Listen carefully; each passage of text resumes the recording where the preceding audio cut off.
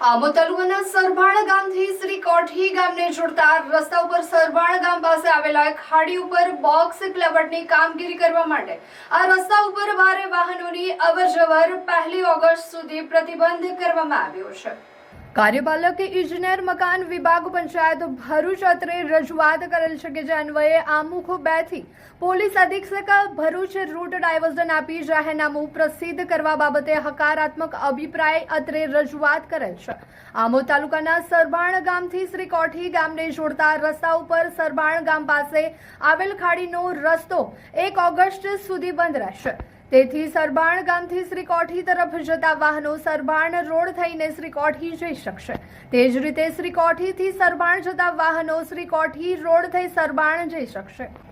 In charge અધિક જિલ્લા magistrate Bharuch Gujarat police અધિનિયમ 1951 ની કલમ 33(1)B અન્વયે મળેલ સત્તાની રૂએ હુકમની તારીખથી આમોદ તાલુકાના સરભાણ ગામથી શ્રી કોઠી ગામને જોડતા રસ્તા ઉપર સરભાણ ગામ પાસે આવેલા ખાડી ઉપર બોક્સ ક્લવટની કામગીરી કરવા માટે સદર રસ્તા ઉપર ભારે વાહનોની અવરજવર ઉપર તારીખ 1/8/2026 સુધી પ્રતિબંધ મૂકવા સાથે ઉપરોક્ત જણાવ્યા અનુસાર પ્રમાણેના રૂટ ઉપર વાહન વ્યવહાર ડાયવર્ટ કરવામાં જાહેરનામું દ્વારા હુકમ કરવામાં આવ્યો છે। આ હુકમનો ભંગ કરનાર વ્યક્તિ ગુજરાત પોલીસ અધિનિયમની કલમ 131 હેઠળ શિક્ષાને પાત્ર રહેશે।